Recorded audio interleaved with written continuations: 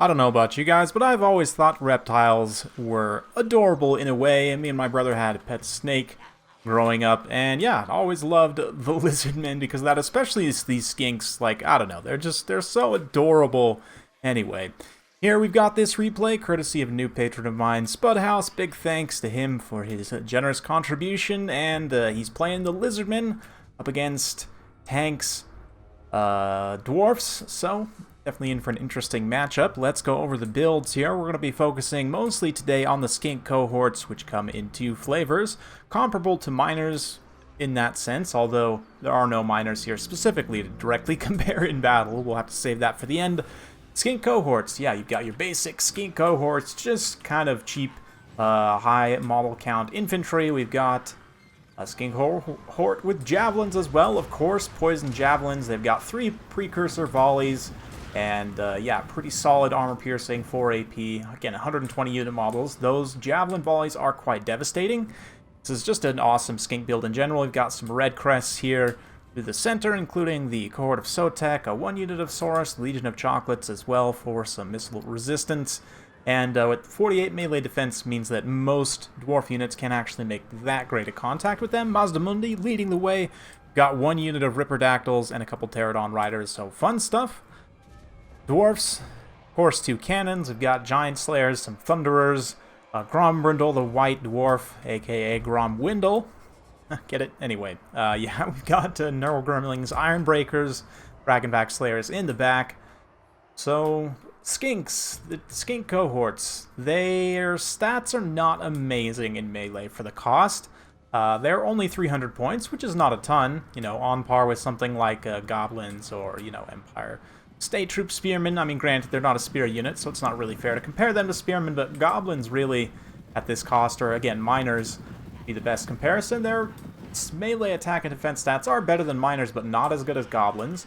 But they are considerably faster. 46 speed is very fast for infantry units in general. Of course, they also have the benefit of aquatic, which doesn't come into play in most multiplayer battles. Most multiplayer battles wouldn't have shallow water on them, but it is something to consider, of course.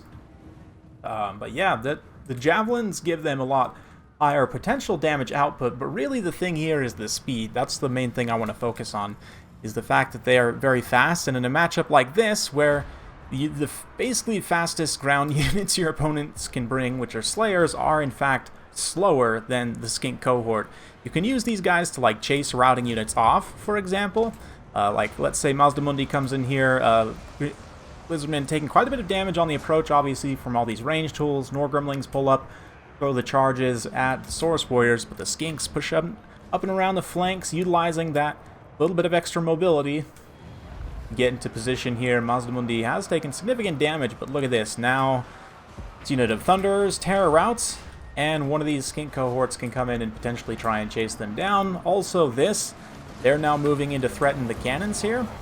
The Slayers are going to respond, and the Slayers absolutely win this matchup. You see how much faster the Skinks even get here than the Slayers. They're going to fully make contact with this cannon crew, and the Slayers peel to go bail out some Thunderers from those evil Ripperdactyls. So a nice little get for those skink cohorts there, utilizing that speed in a flanking maneuver. Pterodon Riders also swoop down and occupy the cannons and the Thunderers here. Dwarfs obviously not out of this fight yet, though. Beat up those red crests in the front line, and also routed Mazdamundi. He's down to only 700 HP, but both cannons being shut down for the time being means he should be able to come back, heal himself up a bit. These javelins came in on the flank through their loads, if you will. Anyway, on those Thunders, now just charging in to keep them, again, bogged down as much as possible. Keep those skink models saturated in combat. Over here, same thing, kind of hammer and anvil. Red crests come in from the front, and the regular cohorts from the back. While they don't have the greatest AP values in the world, they'll be able to get a few little chunks of damage out. 5 AP per hit, and 80 armor on Thunderers. I'm planning a video about Plague of Rust relatively soon where I'll go over armor. Not necessarily in full detail, but a little bit about it. But even still, they're going to get some damage in. I mean, Thunderers, 28 melee defense. Okay, they don't have the best hit chance there, but it's mostly a game of numbers, right? I mean, Thunder is 60 unit models versus 120 for Skink Cohort. Just, you know, the units were at full HP. They're still outnumbered 2 to 1, right? So the numbers does start to come into effect there. Mazdamundi, though, starting to come back. He's got a couple apotheoses on, apotheoses on himself, and should be chilling just fine as long as the cannons don't get back online. These cannon crews, 20 speed. I think that's mounted with the cannon actually, but they're, you know, typical infantry speed without it. They're trying to get back to their guns, but the Skink cohort now chasing them down and making sure they can't get online. Red Crests are also kind of filtering throughout this fight, fighting more in pitched engagement. Same thing with the Saurus here. Let's not forget a couple of Saurus units. Pay homage to them also. They're here. But today is mostly about the Skinks. Red Crests and Cohort just nicely mixed in here. This is a really kind of multicolored Skink blob. Absolutely beautiful. The Cohorts are peeling to go, you know, again, chase routing units. Same thing with these Rippers being used to isolate some of those more exposed units. Giant Slayers also, like, yes, they might win this if given the right situation, but at the same time, it's horribly inefficient for them to be fighting this giant blob of Skinks, and, you know, just the Skinks' numbers are such that they're going to win this fight regardless. Even with Grombrindle here, these Slayers are slowly going to get worn down, and this is definitely, you know, on the list of ways that you could go as a Slayer, this is probably bottom 5, is just being dragged down by a horde of angry Skinks. You know, just licked to death or whatever. A little bit of a banishment there from Mazdamundi as he's coming back to the fight. We've also got this one unit of Razordons that I haven't really talked too much about. They haven't been super involved in the fight up until this point, but the tactical reserve now coming in has plenty of ammunition left to finish off, like these Norgrimlings Ironbreakers and Mazdamundi, who, or not Mazdamundi obviously, hopefully not, Grombrindle. Or standing firm in this pocket right now. Looks like we're going to get some rock drops. No? Yes? There we go. Yep. Come on. No? There we go. Nice. Some solid damage on the Norgrimlings Ironbreakers there. And a lot of the Skink cohorts are starting to get cleaned up at this point. I mean, their leadership isn't amazing, it has to be said. They're, you know, apt to run away. Skinks in general don't have great leadership, but Cohorts, you know, considering they don't cost too much, you kind of don't expect them to hang around. It should also be noted they do not have the expendable trait, though, so them routing will make your other units feel bad, and I mean, why wouldn't you? They're adorable. Look at their little faces as they drag down the last few of these dragon backs here. They're adorable. They're just the cutest things in the world.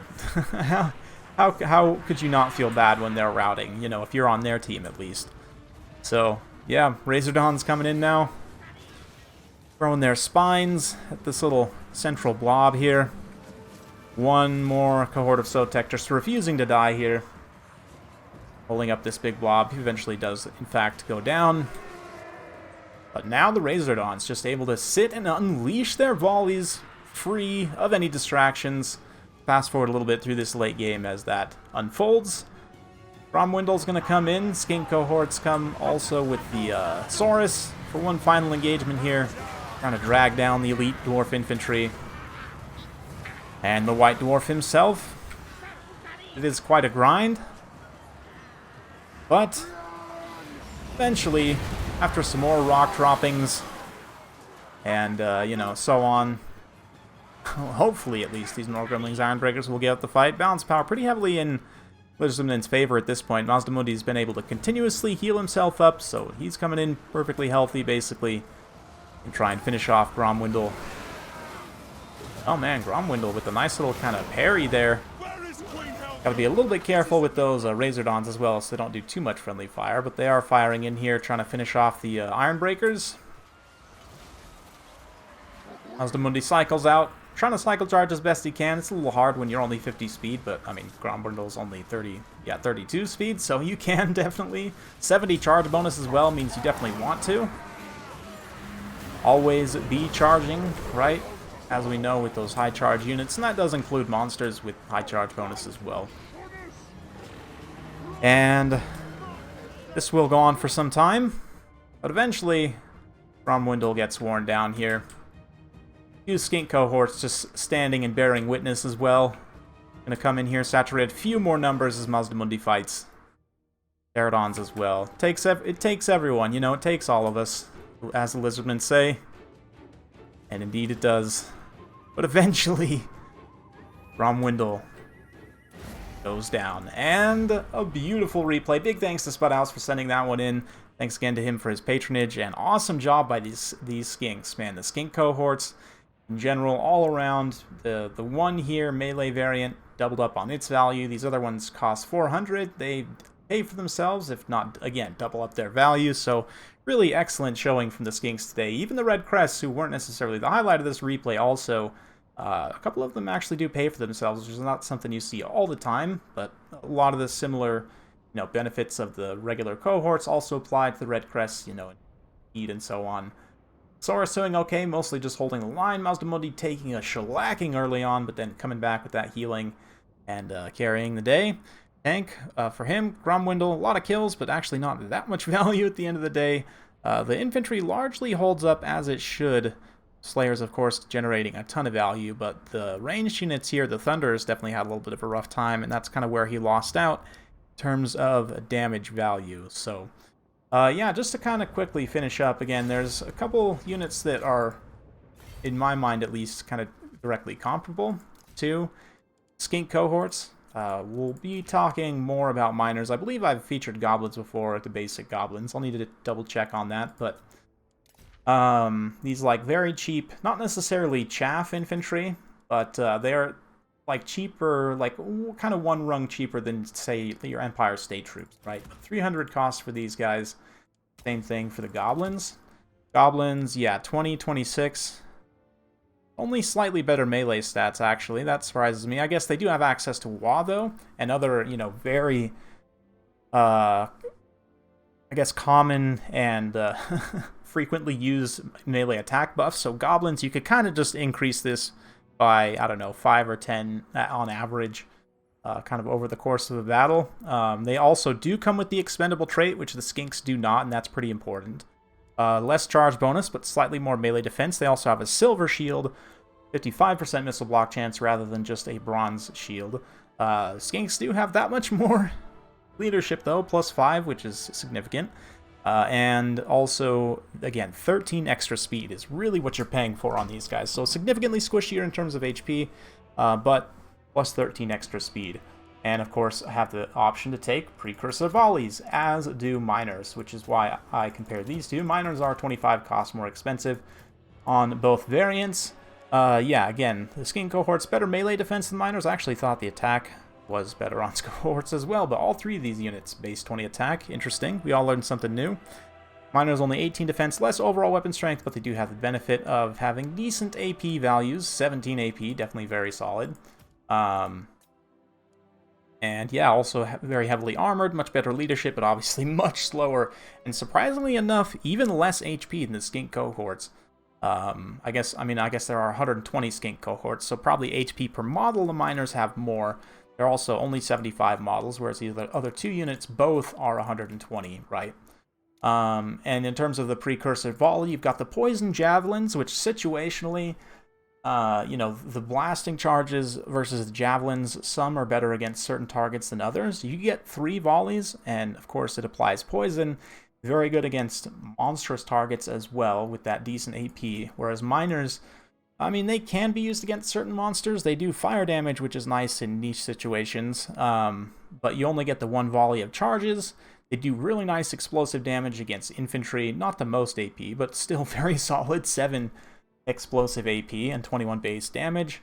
So there is kind of a little bit more one-time burst here against certain targets, but I just feel like the javelins are a little bit more universally applicable in all situations, which is why and also 80 range on them versus only 55 range for the blasting charges. There are some benefits definitely to being a skink. So it's an interesting discussion. Let me know what you guys think down in the comments below, though, between kind of these 3 units. I am a huge fan of all of them, to be honest, but the skink cohort with javelins, in my mind, would be the one I would take if I were given these 3 as a choice. Let me know what you guys think in the comments below, though. Hopefully you enjoyed. If you like this sort of content, be sure to like, subscribe, hit that bell notification. Every time I upload a new video, you'll be notified. Thanks again. See you next time.